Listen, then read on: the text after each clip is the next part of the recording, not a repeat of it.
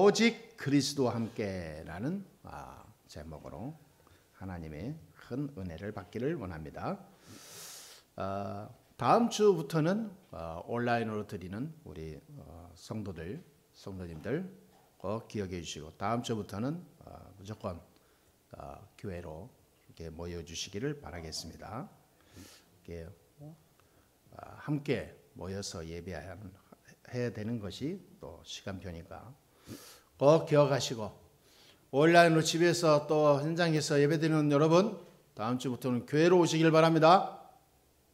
아멘. 예, 여기까지 안 들립니다. 네, 저와 여러분들은 우리가 지금 하나님의 자녀가 된 겁니다. 이게 하나님의 자녀가 됐다는 것이 때로는 이렇게 느끼지 못할 때가 살다 보면 있을 수 있겠죠. 그러나 성공한 복음의 사람들은 전부 내가 하나님의 자녀다라는 사실을 24시간 놓치지 않았어요. 어떤 환경이든 어떤 시간이든 내가 있는 그 자리 내 속에 나는 하나님의 자녀다라는 것을 굉장히 자부심을 갖고 움직였고, 거기에 대한 긍지가 대단했어요. 굉장히 거기에 대한 자존심이 있었습니다. 사람들은 육체에, 자기 육신에, 자기 어떤 개인의 삶에, 자기 이름에 자존심이 굉장히 많잖아요. 누가 자기를 향하여 무시하면 굉장히 상처받고 자존심 상해합니다. 그렇죠?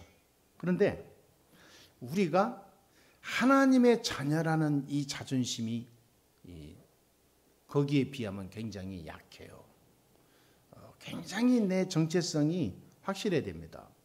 우리는 육신의 자존심보다 영적인 자존심이 더 강해야 돼요. 그래야 사탄에게 속지 않고, 그래야 내 감정 컨트롤이 됩니다. 영적인 자존심을 갖고 있으면 사람 말에 안 흔들리거든요. 주위의 환경에 흔들리지 않아요. 영적인 자존심이 강하다는 것은 뭐냐면요, 다른 말로 말하면 언약이 확실하다는 거예요. 언약이 굳게 잡아진 사람은 자기 확신이 있습니다. 그리고 자기 뭔가 가지고 있는 자기만의 틀이 그리스도 안에서 싹 이루어지게 돼 있어요. 우리는 언약을 굳게 잡아야 됩니다. 저와 여러분들이 흔들리면 반드시 흑암, 이 사단이 눈에 안 보이게 우리를 공격해요. 우리가 언약을 놓쳐버릴 때마다 흑암은 파고듭니다. 어두운 세력이 사단의 이 권세로 말미암아 나를 휘몰아쳐요. 반드시 그렇습니다. 왜냐하면 인간은 영적인 존재이기 때문에 그럴 수밖에 없어요. 그래서 베드로는 베드로전서 5장 7절 8절에 이렇게 우리에게 경고하고 있어요.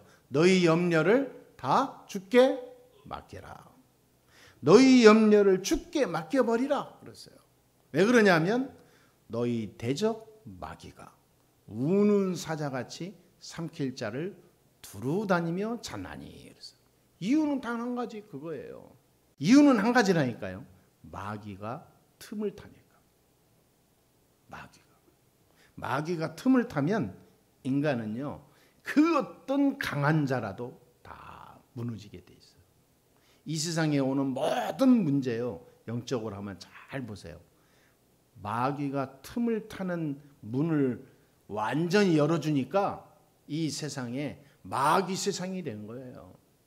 그래서 복음 가진 사람이 거의 희미하다 보니까, 언약을 놓치다 보니까 세상은 무너지는 거예요.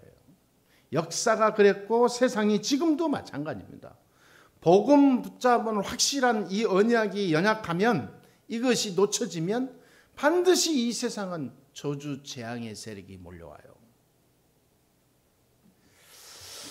그래서 이 마귀는 흔들리는 신자를 찾아다닙니다. 흔들리기만 하면 찾아와요. 마귀는요, 신방을 늦추지 않습니다. 마귀는 여지없습니다. 마귀는 신방을 연기하지 않아요. 틈만 되면 바로 찾아옵니다. 24시 대기. 무슨 말인지 아시죠? 근데 사람들은요, 너무 영적으로 모르니까 이 마귀에게 신방 오는 틈을 항상 열어줘. 그리고 신방이 오면 어떻게 됩니까? 반드시 영적인 상처를 받겠죠. 많은 정신적으로 뭔가 혼란하겠죠. 삶과 내 인생과 육신이 굉장히 혼란과 괴로움 속에 있겠죠. 망앙우성입니다. 그러다가 나중에 실컷 터진 다음에 또 하나님 찾죠. 그때 또 흑암이 또 사단 물러가요. 또 하나님 은혜 줍니다. 조금 지나면 또 마귀로 틈을 줘요. 또 신방 옵니다. 자꾸 반복되는 거예요, 이게. 그래서 바울은 확실하게 말씀 한마디로 다 끝내는 거예요. 내가 그리스도와 함께 십자가에 못 박혔다. 못 박혔다. 실제로 자기는 그러지 않는데 이 말은 무슨 말이냐? 이제 내가 그리스도와 함께 완전히 24시 들어가기로 작정했다. 그 말이에요. 할렐루야. 예, 우리는 사단으로 하여금 틈을 주는 사람 되면 안 됩니다. 저와 여러분은 확실한 언약을 붙잡아야 돼요. 그리스도. 예수는 그리스도. 이 바울이 그 말을요, 가장 많이 쓴 단어예요. 그리스도. 그리스도로 끝내라 그 말이에요. 왜 갈라디아서에서 이 바울이 그리스도를 이렇게 강조할까요? 이 갈라디아 이 교회는 바울이 제2차 전도 여행 중에 이제 메시지를 주는 그런 지역에 있는 교회들에게 준 메시지인데요. 편지인데요. 첫 번째 뭡니까? 바울은 뭘 강조했냐면 그리스도와 함께, 내가 그리스도와 함께 살기로 했다. 우리는 뭐냐? 나는 죽고 그리스도와 함께 살아야 된다. 그리스도의 의미와 축복을 알면 반드시 역사가 일어나게 되어 있습니다.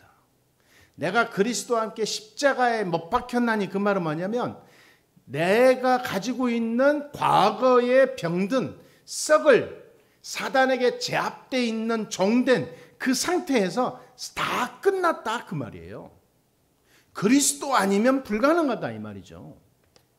우리가 아무리 율법 잘 지키고 아무리 말씀 묵상 많이 하고 아무리 우리가 무슨 세례를 받고 무슨 열심히 물에 들어가도 아무 의미 없는 거예요. 그리스도가 내 모든 것이 되는 그런 중요한 영적 비밀을 못 누리면 그게 안 되는 거죠.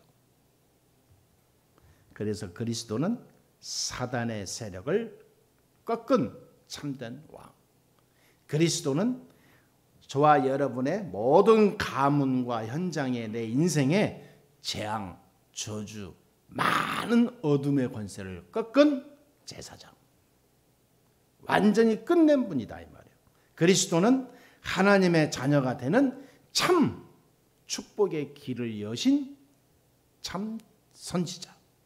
이 세 가지 중요한 일을, 중요한 단어의 비밀이 그리스도입니다. 그러니까 하나님 만나는 길이죠. 모든 죄 문제 끝내는 길이죠. 사탄 문제 이기는 길이죠. 그리스도가 아니면 불가능해요. 그리스도가 내 안에 안 돌았는데 내가 그리스도로 완전히 이게 변화가 안 되는데 율법 잘 지킨들 뭐 하겠습니까? 열심히 지키고 망하는 거예요. 그래서 많은 교단들이 생깁니다. 교단들이. 무슨 장로교다, 감리교다, 무슨 성결교다, 순복음이다. 많은 교단들이 생기잖아요. 그 교단들이 생기는 핵심 주장들이 그 무리들이 있으니까 그 무리들끼리 나가서 살림 차리니까 또 교단이 생기는 거예요. 그런데 그 모든 교단들이 찢어지는 내용 가운데 핵심 포인트가 뭐냐면요. 그리스도가 아니에요.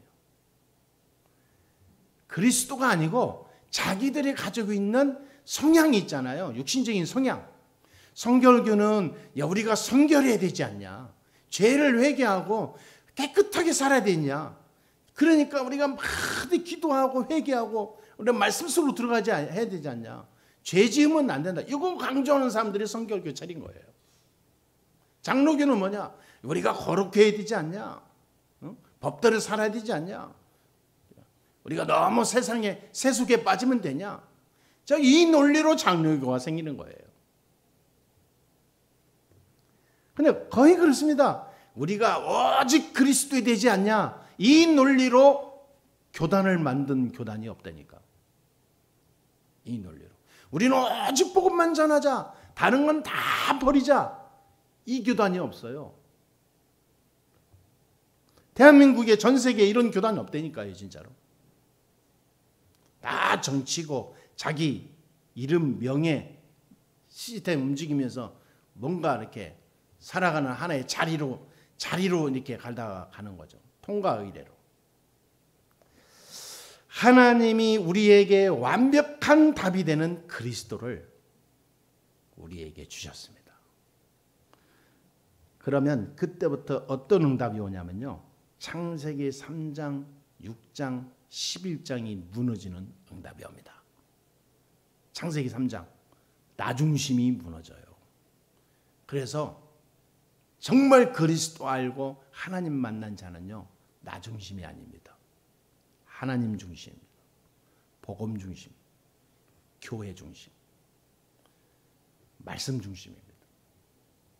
그러면서 기도합니다. 기도 중심. 이거 하다 보면요. 나 중심, 나라는 존재는 없어지게 돼 있어요. 저와 여러분의 이 축복의 증인으로 가야 될 줄 믿습니다. 창세기 6장 뭡니까? 물질 중심, 세상 중심. 돈이면 다 됩니다. 세상 문화는 생을 겁니다. 예배 드리는 데는요. 타협을 해요. 깊이 해요. 깊이. 병들었습니다. 과거에 순교와 핍박시대 때 봐보세요. 예배에 생을 걸었습니다. 목숨 걸었다니까요. 지금은 뭐냐? 돈에 목숨 걸어요. 세상 성공에 목숨 걸어요. 창세기 11장. 성공 중심. 그러니까 안 될 수밖에 없어요. 그런데 그리스도 알고 진짜 언약 붙잡고 가면 이 세 가지가 무너진다니까요. 이 세 가지가 무너지고 완전히 뭐냐 하면요. 마태복음 16장 16절 고백이 나오는 거예요. 주는 그리스도시요 살아계신 하나님의 아들이십니다. 이 고백 속에 하나님이 주시는 응답을 열어가게 돼 있어요. 이 고백만 했는데 예수님이 베드로에게 모든 축복 줬잖아요. 네 반석 위에 내가 내 교회를 세우리라. 그렇잖아요. 우리 힘으로 뭘 세우는 게 아니에요. 하나님이 내가 내 교회를 네 믿음 위에 내가 세우겠다 그 말이에요. 할렐루야. 이 응답의 주인공 될 줄 믿습니다. 저와 여러분들이 믿고 따라가는 이 그리스도 우리의 참된 하나님의 놀라운 이 축복된 영적인 비밀이 이 길이 그냥 길이 아니라 하나님이 반석 위에 세운 든든한 축복의 문을 여신다는 거예요. 내가 내 교회를 세우리라. 여기에 쓰임받는 1등 이 주인공이에요. 음부의 권세가 너를 이기지 못하리라. 사단이 틈을 못해요. 내가 내게 천국 열쇠를 주노라. 뭐든지 가는 길에 하나님은 형통의 길을 열게 돼 있어요. 왜냐? 언약 잡은 자니까. 그리스도로 완전 끝낸 자니까. 아브라함이 받은 축복을 받게 됩니다. 너는 복의 근원이다 그랬어요. 너를 통하여 세상 열방이 복을 받게 된다고 그랬어요. 이 아브라함의 복음의 언약의 원조의 축복이 저와 여러분의 가문과 우리 인생에 그대로 재현될 줄 믿습니다. 이게 하나님 말씀이에요. 그래서 바울이 그리스도와 함께 내가 못 박혔나니 이게 엄청난 의미가 있는 거예요. 내가 못을 안 박히면 내가 또 살아서 그리스도와 함께 있다가 또 살아서 내가 나오고 그리스도는 뒤로 가고 이것이 계속 반복되면서 자꾸 내 인생에 엄청난 문제가 발생되는 거예요.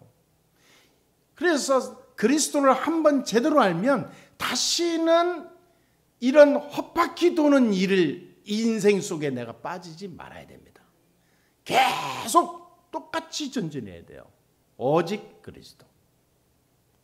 아멘. 우리가 밥을 먹어도 오직 복음. 내가 앞으로 어떻게 살아가느냐? 오직 전도 선교. 내가 앞으로 어떻게 인생을 마감하기 위해서 준비해야 되냐? 오직 교회, 오직 후대. 오직 복음의 능력 누리다가 가는 거예요. 할렐루야. 그런 결단 내려버린 거예요. 그리스도와 함께 내가 십자가에 못 박았다. 과거에 나는 이제 없다. 나는 전도자다.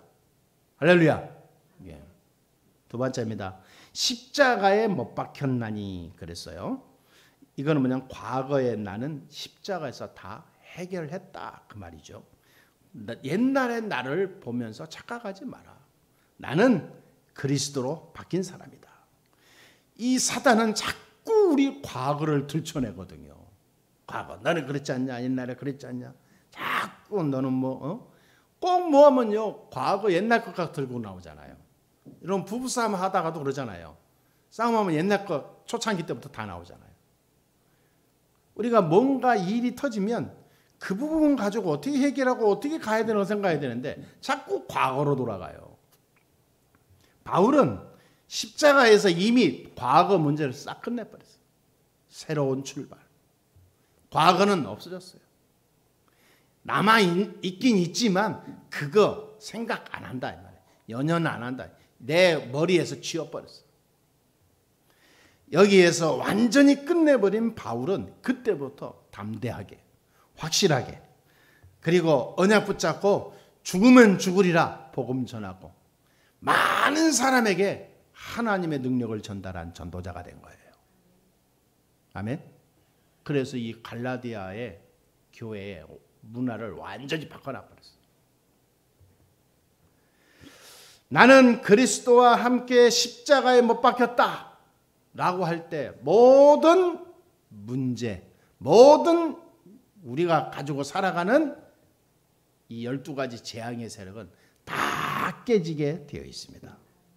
그리스도로 저와 여러분의 모든 삶 속에서 완전히 바꾸게 되는 일이 일어나게 될 줄 믿습니다. 세 번째입니다. 내 안에 그리스도께서 사는 것이라 그랬습니다.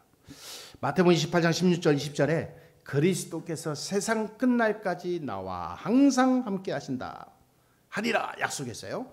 마가복음 16장 15절 20절에서도 보좌에 앉으신 주님이 말씀 따라갈 때 거기에 하나님께서 능력으로 치유의 능력으로 역사하실 것을 약속했습니다. 치유의 능력으로 손을 얹고 기도할 때마다 하나님은 기적으로 역사하신다고 약속했어요. 사도행전 1장 8절에 보니까 오직 성령이 너에게 임하시면 너가 권능받고 땅끝까지 이르는 내 증인이 되리라 약속했습니다. 자, 내 안에 그리스도께서 사신 것이라 이 말은요 엄청난 거 우리의 삶의 미래를 보여주고 있어요. 우리가 진짜 이 언약 붙잡고 하나님 말씀 따라가면 저와 여러분을 통해서 하나님이 임마누엘 축복을 계속 해주신다고 그랬고 우리가 가는 길에 문제와 사건과 많은 질병이 있어도 그걸 통하여 하나님은 큰 능력으로 역사하신다고 그랬고 땅끝까지 증인될 만큼 하나님이 성령으로 역사한다고 그랬어요. 그러니까 아무 염려할 게 하나도 없어요.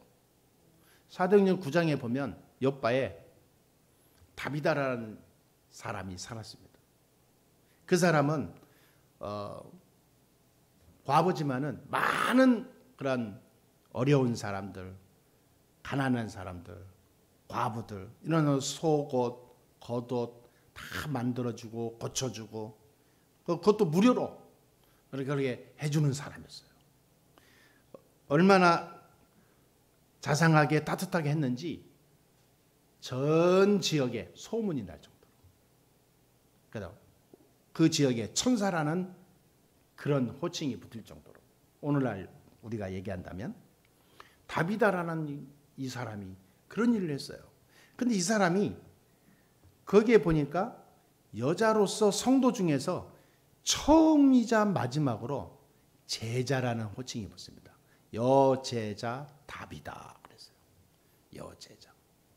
욥바에 여제자 다비다가 살았으니. 근데 이 사람이 그냥 옷만 만들어주고 고쳐주고 기어주고는 게 아니라 이 사람은 오는 사람들한테 따뜻하게 해줬지만 꼭 필요한 복음을 주는 거죠. 그냥 일한 게 아니에요. 그냥 사람 만난 게 아니에요. 그 사람을 통해서 기도해주고 복음 주고 그 사람이 살 수 있는 생명의 양식을 계속 전달한 거예요. 그 증거가 어디 있냐면 이 사람이 죽었어요.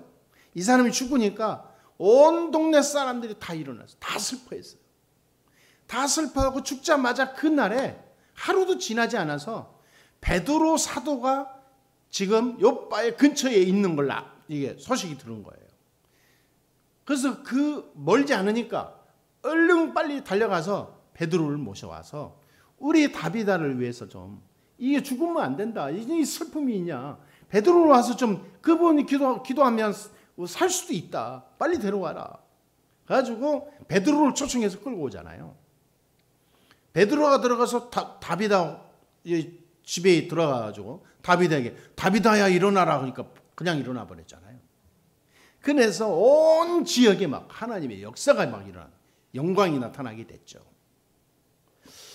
여러분 우리가 진짜 복음을 위해서 오직 복음 오직 그리스도가 돼서 나의 삶 속에 모든 내 인생 속에 이 그리스도의 비밀 축복 은혜 이 감사 기쁨을 나눈다면 하나님은 기적의 문을 열게 돼 있습니다. 세상이 짤 수 없는 세상이 생각해낼 수 없는 아이디어 아무리 석학들이 모여서 짜는 계획도 그런 계획이 없어요. 하나님은 전무후무한 일을 이루신다니까. 사람들은 이걸 모르잖아요. 그런데 여러분 저와 여러분들은 복음 가지고 있기 때문에 진짜 알아야 됩니다. 하나님은 반드시 하나님이 언약을 잡은 자를 통하여 역사하신다. 하나님은 기적을 여신다. 80먹은 모세 노인을 통해서도 하나님은 애굽을 꺾었다. 하나님은 70만이 넘는 이스라엘 백성들을 살리는 지도자로 썼어요. 여러분 우리는 아무것도 아니라고 생각하고 나 자신을 땅에 떨어뜨리는 것은 불신앙입니다. 영적으로 봐야 돼요. 내 안에 그리스도가 사는 겁니다. 아멘? 내 안에 나는 죽고 썩을 보잘것없는 인간이지만 내 안에 그리스도가 살아요. 그 그리스도는 영원합니다. 세상을 창조하신 분입니다. 지금도 역사의 모든 길을 이루시는 능력자예요. 언제 이 내 안에 계신 그리스도가 나를 통하여 역사하냐? 언약이 확실할 때. 내 안에 동기가 없을 때. 그리스도로 만족할 때. 내 인생에 오직 복음의 생명건 삶의 이정표를 딱 잡았을 때. 하나님은 역사합니다. 그래서 이런 축복이 올 것입니다. 베드로전서 2장 9절에 너희는 왕같은 제사장이요 거룩한 나라요 하나님의 택한 족속이요 너희의 빛을 저 어두운 데에 모든 만민에게 많이 전달하기 위해서 불렀다 그랬어요. 우리는 이런 축복을 받은 자입니다. 그래서 오늘부터 꼭 기억하세요. 결론적으로 우리는 가문 살리는 선교사입니다. 우리는 가정 살리는 선교사예요. 여러분의 가정, 가문 많은 현장을 살리는 선교사로 하나님 부르셨다는 거예요. 이 사실을 24시 놓치지 마시게 되기를 주의 이름으로 축원합니다. 우리는 후대 살리는 선교사입니다. 반드시 우리 후대들에게 하나님 나라 이 복음이 뿌리가 깊이 내려지도록 우리는 애를 써야 돼요. 한 명의 후대 제자가 나오면 1000명, 10,000명의 이 세상에 복음 없는 사람 키우는 것보다 낫습니다. 그래서 세상에서는 사람들이 이 죽을 때 말이죠. 자기 있는 재산 뭐 몇억, 수백억, 수천억을 전부 이 많은 어떤 기관에다가 무슨 복지기관이나 학교나 다 기부하잖아요. 그거 참 좋은 일입니다. 그런데 진짜 기부는 뭐냐? 복음, 이 언약 붙잡고 복음 전하면서 이 시대 살릴, 미래 살릴 후대 양성을 위한 교회에 기부해야 돼요. 사람들은 너무 웃기더라고요. 교회에 기부하는 사람 별로 없어요. 근데 지난번에 신문 보니까 딱 한 사람 나왔단 말이에요. 여잔데 4억을 기부했어요. 교회에다. 이거를 코로나 시대에 대비해서 교회가 후대, 어린 우리 후대들을 위해서 복음 가진 제자로 양성하는 데 써달라. 그러니까 하나님이 뭘 원하시는지 사람들은 이 갈피를 못 잡고 아우성이에요. 간단한 답인데. 그래서 항상 기억해야 됩니다. 어두운 세상에 그리스도의 빛을 밝히는 전도 제자로 부르셨습니다. 우리 한번 고백합시다. 어두운 세상에 그리스도의 빛을 밝히는 전도 제자로 부르셨다. 예, 바로 그게 누구예요? 나입니다. 항상 기억해야 돼요. 나와 함께 하시는 분이 지금도 항상 이 말씀 속에 바울과 함께 역사하셨던 그 하나님이 지금도 우리와 함께 하시면서 우리를 인도하심을 믿습니다.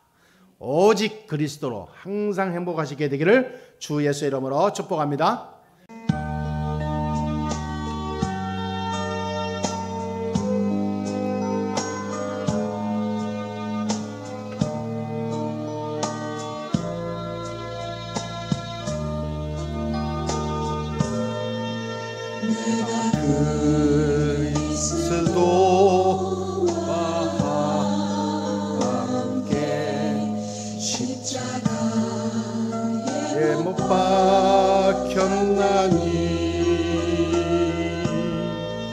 그런즉 이제 내가 산 것 아니요 오직 내 안에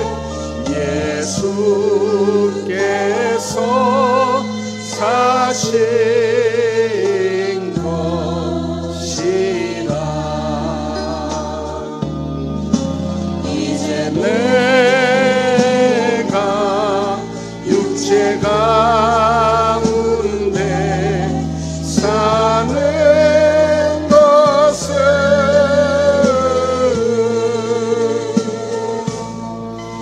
나를 사랑하사 자기 몸 버리신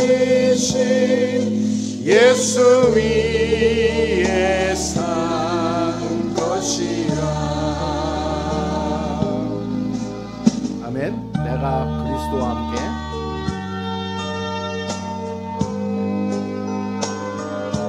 바울이 고백이 됩시다. 십자가에 못 박혔나니.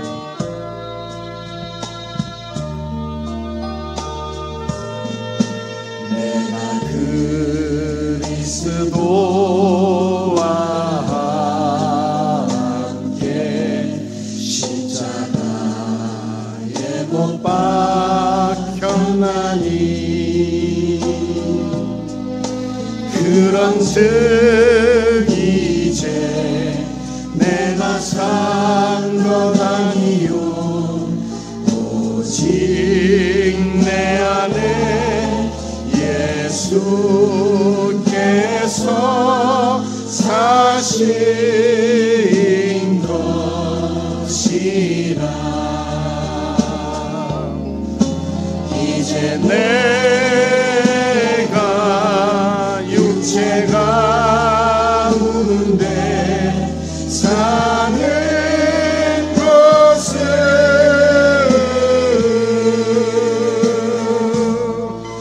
나를 사랑하사 자기 몸 버리신 예수 위에 산 것이라.